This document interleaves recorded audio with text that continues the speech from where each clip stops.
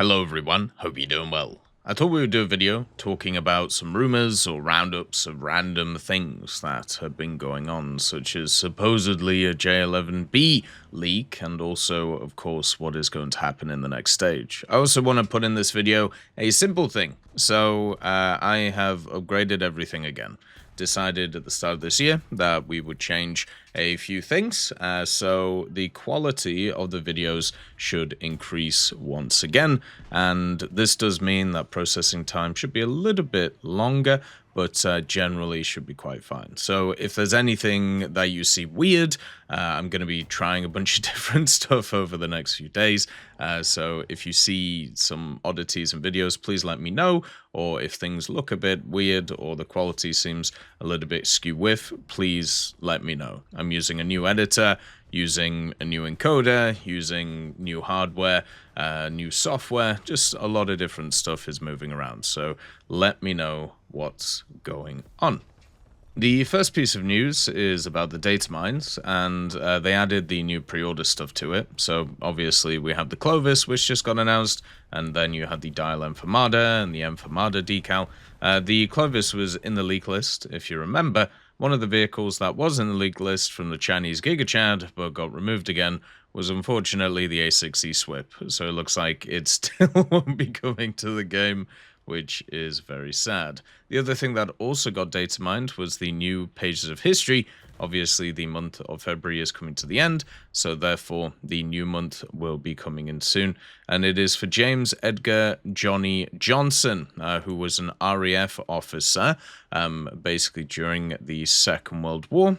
He actually served also post-World War II into 1966. He eventually became the Air Vice Marshal and has a ridiculous amount of awards through the kind of years. A person who didn't actually serve during the Battle of Britain, surprisingly, but had a lot of success in the later war period and also the post-war period. He was also a person who was plagued with a bunch of problems pretty much from his youth when it came to injuries and pain, and was able to continue through it. So somebody who is incredibly resilient and kind of showed the standard of what she was supposed to be as a kind of officer in the Royal Air Force. Another part of it, which was also odd, was also the social side of things.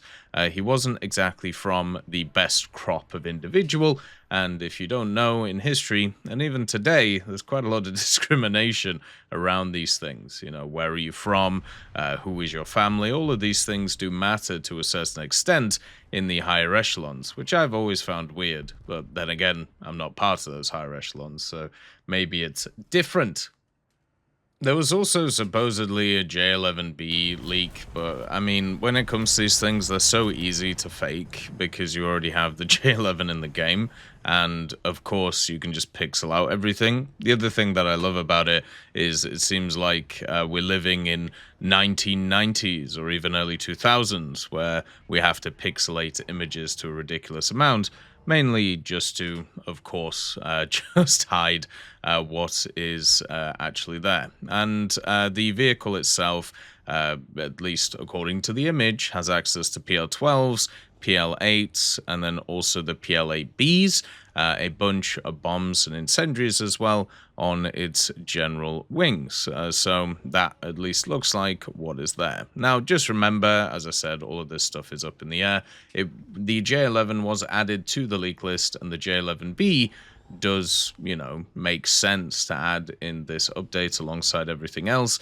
And, you know, I'm sure it'll get something new and shiny to make it, you know, worth grinding compared to the A. Maybe they'll give it the new engines, maybe they'll give it access to a new missile. We'll see going ahead. But at this same time, there's not really a ton that we can go through with it. One of the things I did want to drop in here is, do you actually enjoy the way that kind of updates are coming out nowadays? Obviously, we have kind of usually a first dev blog or a covert disclosures, which is what we got this time, and then you get all of the leaks of everything that's coming, and then you have a bunch of dev blogs that kind of confirm the leaks, and then you have the teaser trailer, obviously the kind of dev stream, and then on top of that you have the dev server, and then the update itself, plus some sneak peek stuff in the middle. for me, generally, I think it would be a bit more fun if certain things were more kind of hidden from, people. The leak stuff, I mean, at the end of the day, it is kind of cool to stipulate or pontificate about what's going to come, but I really wish there was a bit less of it, if I'm honest. It makes or kills the hype, especially for stuff like the dev stream and also things like the dev server. I feel like on the dev server, people are focusing more on hidden things instead of the stuff that's actually before them because of the fact that the leaks came out a week or two beforehand and everything's already been discussed, been looked at, and been talked about. There doesn't seem to be the same amount of hype between, what the dev server is and then what the update is. The dev server instead is just becoming something which is kind of just sat there by itself. So for me, I would actually like a little bit more hype around things. Maybe the leak stuff could actually be dealt with by Gaijin for once. I understand that technically for them it's free advertising, but at the same time, it is kind of ridiculous how leaky their pipes are at the moment. Something that started happening a few years ago, where everything just started coming out. There really must be kind of a ridiculously open valve somewhere when it comes to how they're doing stuff. I also thought I'd give a timeline of events over the next few weeks, just once again to help people. I'm getting a lot of comments once again and a lot of questions, basically illustrating the same thing, which is when is this going to be out? When is that going to be out? And it's getting a little bit tiring. So I thought I would put it all in one video. Basically, the way that all of these go and have done for the last 2 to 3 years is you get the teaser, then you get the dev stream, then you get the dev server, then you get the update, right? So basically, you get the teaser on Thursdays. So either this Thursday or next Thursday, there'll be a teaser. After that teaser the next day, you'll have some dev streams. You'll have the Russian one, usually with BVD, the English one with Mike and Oxy, also maybe Blondie on the Russian stream. And then after that, you'll get the dev server. And the dev server will have most of the new stuff on it. There'll be a few things in the files. And that dev server usually runs for about half a week to a full week. And then after that, there's some updates to it and some bug fixes. And then it gets released. So what you have is like a 1 or 2 week period where these things go on. Now, if we have a look at previous updates and when things started happening, this generally is around the same time. Stuff is slightly later than usual, but that doesn't mean that the update period can't be shorter. And if you're looking for obviously, things going on and, the new content which is coming, or if you're interested in buying the Clover, for example, that's usually the time period you have. When it comes to pre-orders and stuff like that, I generally say wait until the dev server so we can have a look at them and then make a decision from there. But yeah, that is what's going to happen because it's a tried and tested formula. Gaijin likes tried and tested stuff.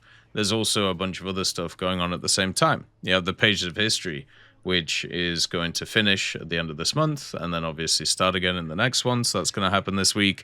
You have the Naval event, which has been completely overshadowed. That starts tomorrow. You have Tank Football, which is also starting tomorrow. So that's an event that's going on too. And then also you will have other many events going along with it. So we really are going a bit nuts when it comes to War Thunder. There's a bunch of stuff all over the place, and it is just kind of crackers.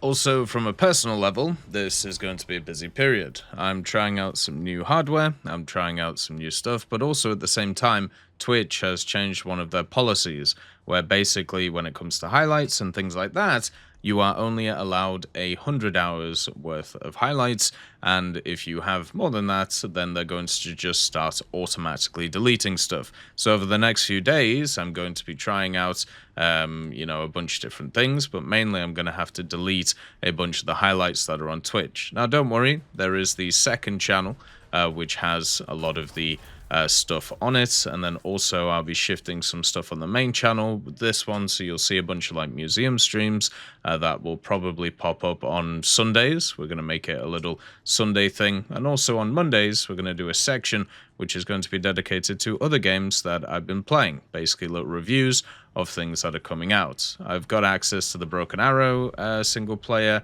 setup, which is really cool, and then also access to some other games, which will be really fun. So look forward to that as we go ahead, and yeah, it's going to be a crazy busy period. I'll be streaming pretty much most of it, so if you have any questions or if you have any thoughts, it would be the time to throw them in on the streams, and we'll continue with the tech talks as well while everything goes on. Busy as always, but I think in general, now that I've set up everything hardware-wise at my end, should be a little bit better for you guys, should be a little bit quicker. As always, thank you for watching the videos, thank you for supporting the channel, and I'll see you next time. I'd just like to thank GMG Smiley, CD Beans, Chieftain Mike, EMN3 Galaxy, Tulio Pontecorvo, Brendan Quinn, Carrion Crow, Gus Irenicus, Pyman, Wartinder, Teddy, Daniel Stanton, Martinez, B. Young, Ozzy Panzer, Alan Hacker, Liam Shear, Opium Prime, Lafouche, Sem Aslan, Uncle Bean, and Derek R. for supporting the channel.